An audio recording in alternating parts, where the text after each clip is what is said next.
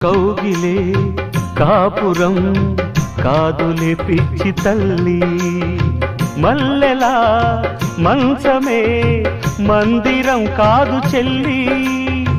తేనెతో దాహము తీర్చదే నాడు పెళ్ళి, త్యాగమే ఊపిరై ఆడదయ్యేను తల్లి.